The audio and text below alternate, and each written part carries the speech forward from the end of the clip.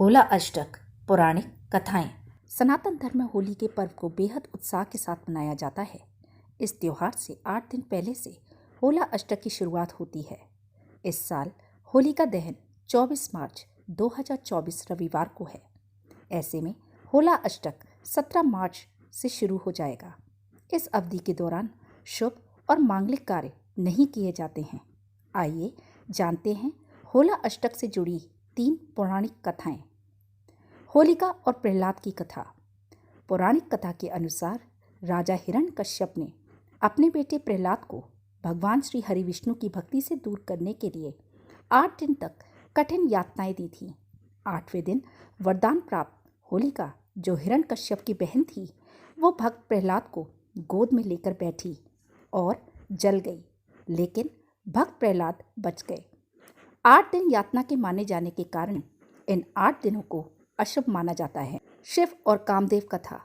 हिमालय पुत्री पार्वती चाहती थी कि उनका विवाह भगवान भोलेनाथ से हो जाए, और दूसरी ओर देवताओं को यह मालूम था कि ब्रह्मा के वरदान के चलते तारकासुर का वध शिव का पुत्र ही कर सकता है। परंतु शिवजी अपनी तपस्या में लीन थे। तब सभी देवताओं के कहने पर कामदेव ने शिवजी की तपस्या भंग करने का जोखिम उठाया। उन्होंने प्रेम बाण चलाया और भगवान शिव की तपस्या भंग हो गई। शिवजी को बहुत क्रोध आया और उन्होंने अपनी तीसरी आंख खोल दी। कामदेव का शरीर उनके क्रोध की ज्वाला में भस्म हो गया। कामदेव 8 दिनों तक हर प्रकार से शिवजी की तपस्या भंग करने में लगे रहे।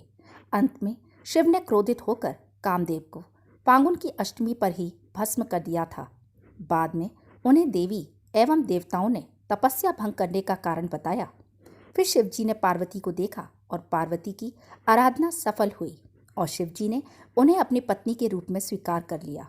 इसलिए पुराने समय से होली की आग में वासनात्मक आकर्षण को प्रतीकात्मक रूप से जलाकर अपने सच्चे प्रेम का विजय उत्सव मनाया जाता है। जिस दिन भगवान शिव ने कामदेव को भस्म किया था, वह दिन फागुन शुक्ल अष्टमी थी। तभी से होला अष्टक की प्रथा आरंभ हुई।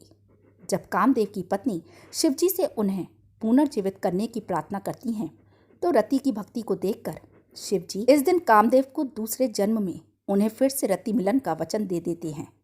कामदेव बाद में श्री कृष्ण के यहाँ उनके पुत्र प्रद्युम्न रूप में जन्म लेते हैं। श्री कृष्ण और गोपियाँ। पौराणिक मान्यता है कि होली एक दिन का पर्व न होकर पूरे 8 दिन का त्योहार है। भगवान श्री कृष्ण 8 दिन तक गोपियों संग होली खेलते रहे और धुलेंडी के दिन अर्थात होली के रंगों में रंगे कपड़ों को अग्नि के हवाले कर दिया। तब से 8 दिन तक यह पर्व मनाया जाने लगा। प्रिय दोस्तों, यह वीडियो आपको पसंद आई हो तो वीडियो को लाइक, शेयर और चैनल को सब्सक्राइब करना ना भूलें। धन्यवाद।